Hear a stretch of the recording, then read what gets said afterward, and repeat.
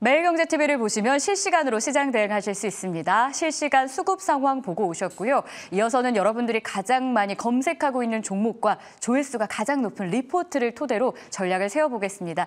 현재 10시 46분 구간에서 뜨거운 종목들 10개를 먼저 꼽아봤는데요. 이분과 함께 이야기 나눠볼게요. M인베스트먼트의 이주연 대표를 모셨습니다. 안녕하세요. 안녕하세요. 네, 저희 오늘 10개의 종목을 먼저 보고 오려고 하는데요. 종목 리스트부터 한번 확인을 좀 해볼까요? 첫 번째로는 코칩, 한 15%가량 급등 중인데요. 오늘 나온 이슈는 딱히 없고요. 최근 삼성전기발 공급사로 부각되면서 상한가 터치하며 추가적인 시세가 살아있습니다. 7위에 있는 원준도 삼성전기 협력사인 것 알고 계실 거고요. 그 밖에는 메타의 AR 안경 공개로 관련주가 부각되고 있는 상황인데 뉴프렉스가 그중 하나, 10위에 있는 MP도 역시 관련주로 묶여 있습니다. 한화 인더스트리얼 솔루션즈는 한화 에어로스페이스로부터 인적 분할 상장된 종목 많이들 알고 계실 텐데 오늘 거래 대금이 붙고 있다는 게 꽤 특징적이고요. 그 밖에는 신규 상장주인 AI 플랫폼 기업 차이 커뮤니케이션 주가 흐름도 많이들 관심 갖고 있고요.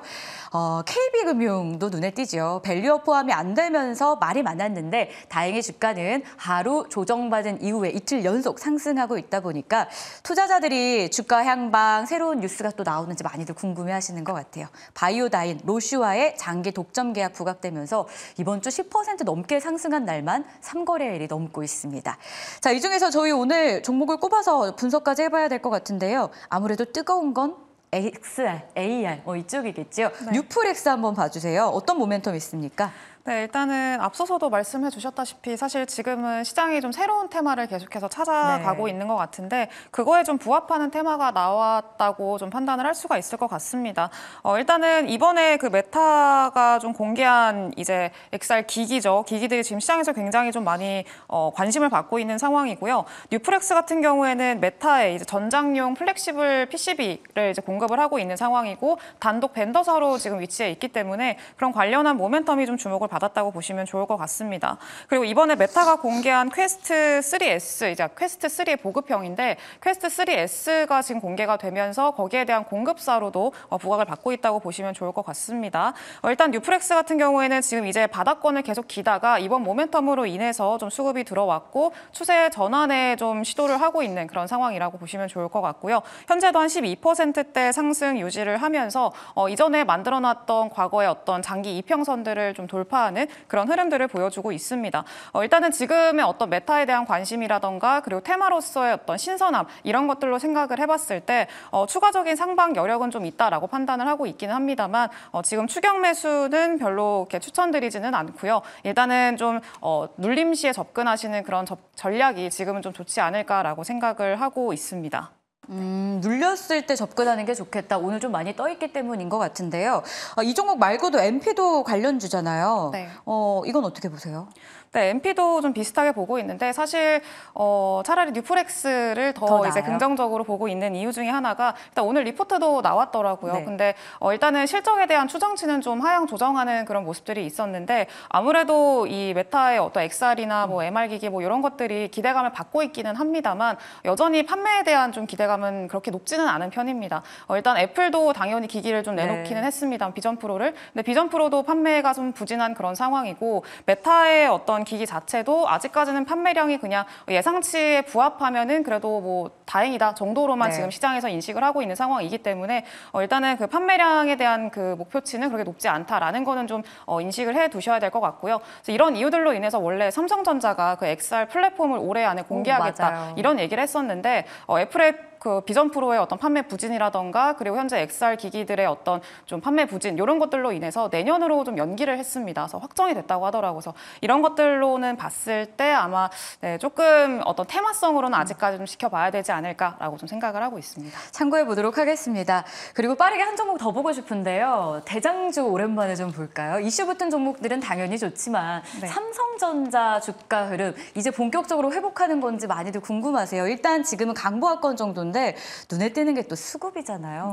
어제 들어오는 것 같더니 장 후반 결국 매도로 전환됐고 일단 지금도 매수 포착은 되는데 연속성 있을까요?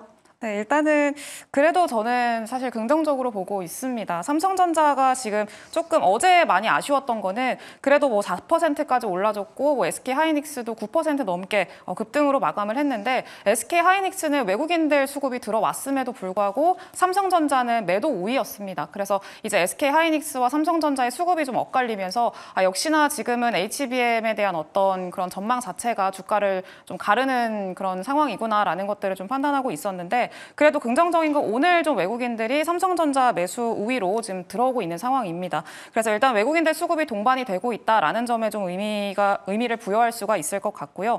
그리고 일단은 삼성전자의 3분기 실적이 그렇게 좋을 거라고 예상을 하지는 않습니다. 아직까지는. 네. 그래서 영업이익의 하향 조정이라던가 이런 것들은 계속 이어지고 있는 상황이기 때문에 일단은 뭐 상방은 어느 정도 제한된 상황에서 어느 정도 바닥을 딛고 좀 반등하는 그런 모습들을 좀 단기적으로는 기대를 해볼 수가 있을 것 같습니다. 그래서 일단 기존에 삼성전자를 좀 바닥권에서 매수를 하신 분들 같은 경우에는 그래도 조금 이런 연속성 자체는 가져갈 수 있고 좀 마음 편하게 볼 수 있을 만한 그런 시장이 아닐까라고 좀 생각을 하고 있습니다.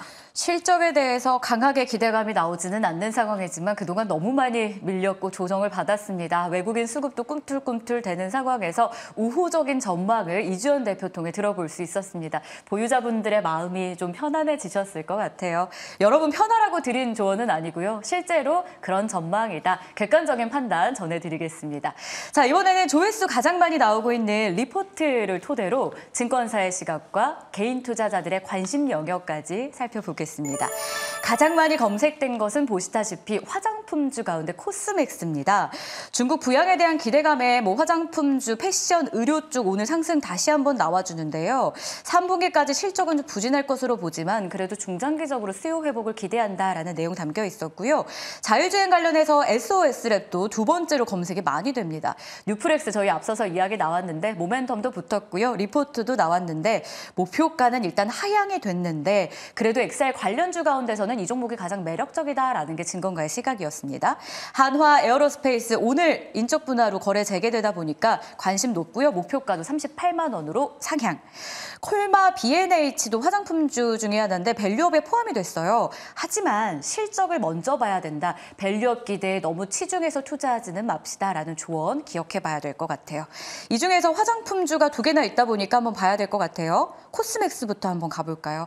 오늘 사실 화장품주 리포트가 꽤 많이 나왔거든요. 네. 근데 이 종목 제외하고 LG생건 등은 목표가가 하향이 됐어요. 네. 그럼에도 코스맥스는 목표가 유지되는 모습인데 뭐 특별한 게 있었을까요?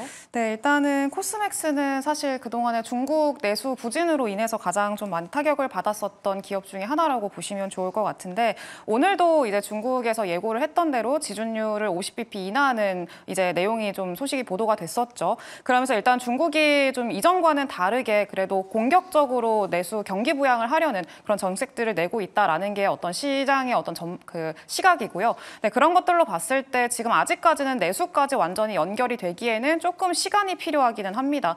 지금 중국에서 내놓고 있는 경기 부양책들 자체가 조금 이 부동산 쪽으로 많이 치중이 돼 있기도 하고 그래서 일단은 부동산을 일단 살리겠다라는 좀 취지의 어떤 얘기들이 많은데 사실 부동산을 살리고 뭐 내부 경기 부양을 하고 이런 정책들을 내놓고 나서 일단은 내수 소비가 진짜 살아나는지 지켜보려면은 최소한 그래도 6개월 이상은 좀 지켜보긴 해야 됩니다. 그래서 일단은 그때까지 확인을 하기까지는 아직까지 시간이 조금 많이 남았기 때문에 그 전에는 미리 그 소비로 연결되지 않을까에 대한 기대감으로 주가가 반응할 수 있다라고 좀 보시면 좋을 것 같고요.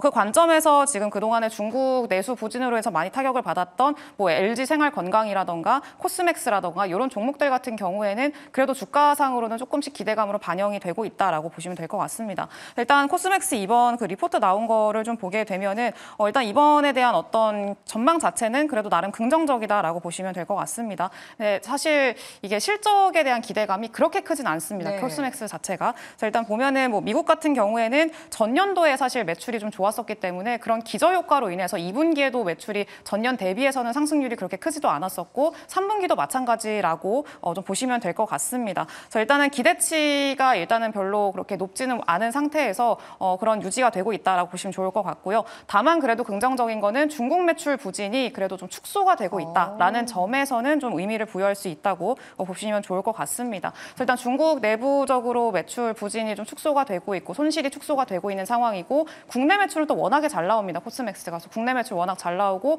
동남아 쪽에서 매출이 굉장히 잘 나오는 편이기 때문에 일단은 그래도 손실이 좀 축소되는 상황이다라고 한다면은 앞으로 좀 실적에 대한 기대감 그리고 주가가 좀 따라갈 수 있을 만한 그런 기대감 좀 가져볼 수 있을 것 같다라고 좀 판단을 하고 있습니다.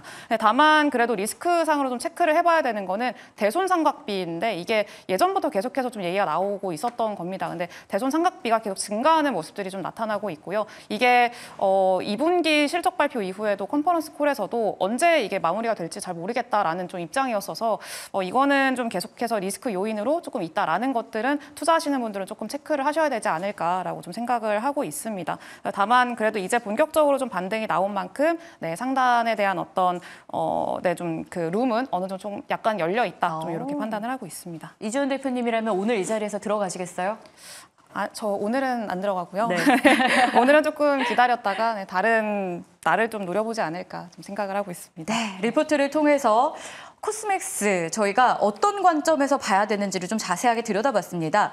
그리고 최근에 많이 언급되고 있는 자율주행 쪽도 봐야 될 것 같은데 SOS랩 리포트가 나온 김에 같이 업황 이야기도 해봐야 될 것 같아요. 이 종목만 놓고 보면 일단 호재가 꽤 많아 보여요. 하반기, 4분기 흑자 전환도 기대되고요. 뭐 로보택시 이야기 말할 것도 없죠. 네, 일단은 제가 하반기에 계속해서 좀 봐야 되는 섹터를 좀 강조를 드리고 있는 것 중에 하나가 네. 자율주행인데 일단 10월 10일 기점으로 일정이 어느 정도 확실히 정해져 있다라는 점에서 좀 매력도가 있다라고 보시면 좋을 것 같습니다. 네, 그런 관점에서 보시면 좋을 것 같고요. SOS랩 같은 경우에는 자율주행뿐만이 아니라 좀 여러 가지 모멘텀을 좀 구분 지어볼 수 있는 게 크게 자율주행, 로봇, 인프라 이렇게 3개 정도로 좀 구분을 지어볼 수가 있습니다. 근데 일단 3가지 쪽에서 다 매출의 어떤 성장세가 시현이 되고 있는 것들이 보이는데 일단 24년, 그러니까 올해하고 내년은 로봇 쪽하고 인프라 쪽의 매출을 좀 견인할 걸로 예상을 하고 있고요. 그런 것들이 이제 4분기 실적 그 흑자 전환에 대한 기대감 이런 것들을 갖게 하는 요인이라고 보시면 좋을 것 같습니다.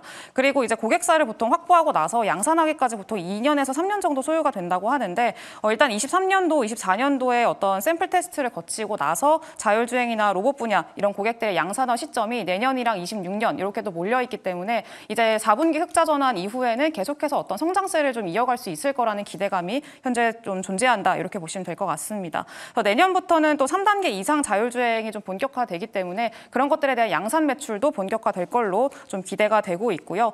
3, 4단계 자율주행이 도입되면은요 라이다가 이 대당 최소 2대 이상씩은 들어갑니다. 그래서 그런 점들로 봤을 때는 매출의 어떤 성장폭 자체가 좀 가속화되지 않을까 좀 이렇게 기대를 하고 있습니다. 그래서 이런 것들을 반영을 하면은 2026년까지 자동차 쪽에서의 매출만 한 200억 정도 예상이 된다고 하는데 이거는 23년도 기준으로 봤을 때는 한 5배 정도가 높은 그런 비율이라고 보시면 될 것 같고요. 굉장히 빠르게 늘어나고 있는 거죠. 네, 그리고 일단 주가상으로 봤을 때도 SOS랩은 지금 상장한 지 그렇게 오래된 기업이 아닙니다. 2024년도 6월 달, 그러니까 3개월 전에 상장을 해서 주가의 탄력도를 좀 유지하고 있다라는 것도 어떤 좀 긍정적인 내용이라고 보시면 좋을 것 같고요. 그리고 이제 락업 물량도 해제가 됐는데 해제된 지 한 이틀 정도 지났습니다. 그래서 어느 정도 그런 리스크 자체는 좀 해소를 하고 있는 그런 상황이라고 보시면 좋을 것 같습니다. 그래서 앞으로 좀 기대를 해볼 만한 여지가 있다. 그리고 다른 자율주행 관련주들 대비해서 조금 덜 올랐다라는 점에서도 앞으로의 상방 여력은 충분히 열어볼 수가 있을 것 같고요. 한 10,000원 정도까지는 네, 충분히 좀 노려봐도 좋을 만한 구간이지 않을까 그렇게 판단을 하고 있습니다. 저희가 실시간 랭킹 가운데 종목과 리포트 종목을 살펴보고 있는데요. 이주연 대표가 마지막으로 봐준 자율주행 쪽은 하반기에 꾸준히 우리가 관심 가져야 될 섹터라는 걸 강조했습니다. 가격도 함께 말씀을 해주셨고요. 종목으로는 SOS랩 리포트까지 나왔기 때문에 한번 잘 참고해 보시면 좋을 것 같습니다. 지금까지 M인베스트먼트의 이주연 대표였습니다. 고맙습니다.